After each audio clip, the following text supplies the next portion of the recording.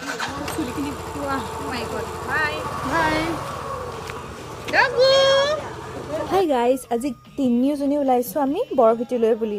বৰভেটি নামঘৰ আমাৰ পশ্চিম যোৰহাটতে আছে আৰু আমি তিনিওজনী গ'লোঁ।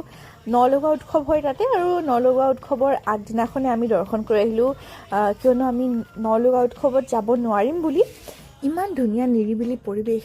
আমি গৈয়ে দেখিছোঁ যে জুবিন দাক শ্ৰদ্ধাঞ্জলি জনাই থোৱা আছে ওচৰতে। আৰু আমি চাকি কিনিলোঁ, চাকি তেল দিয়া চাকি, ঘিউ দিয়া চাকি, যি প্ৰকাৰৰ চাকি লাগে, আৰু নিমখো আছিলে। আমি অলপ কিনিলোঁ আৰু কিনি পেলাই আমি সোমাই গ'লোঁ বৰভেটিলৈ বুলি, নামঘৰত দৰ্শন কৰিবলৈ বুলি। আৰু পৰিৱেশটো ইমান নিৰিবিলি আৰু সকলোফালে ইমান চাফ চিকুণ কৰি থোৱা আছে। আৰু যিহেতু পাছদিনাই নলগোৱা উৎসৱো আছিলে, সেইবাবেই ধুনীয়াকৈ প্ৰস্তুতিখিনি চলাই আছিলে। আমি গৈয়ে নামঘৰত সেৱা জনালোঁ। আৰু এই ভাগ হৈছে নামঘৰ, ইয়াতে ভাগৱত পাঠ কৰা যায়, প্ৰসাদ বিতৰণ কৰা যায় আৰু সকলোৱে সেৱা জনাব পাৰে তাতে। এই ভাগ হৈছে আমাৰ বৰভেটিৰ ডাঙৰ চাকি গছ। এই গছ চাকি সদায় জ্বলাই থাকে আৰু বিশেষকৈ নলগোৱা উৎসৱৰ আগৰাতি এই ভাগ পৰ্যটন কৰা যায়। আৰু ওচৰতে আৰু নামঘৰ আছে, এয়া আলহী ঘৰো আছে।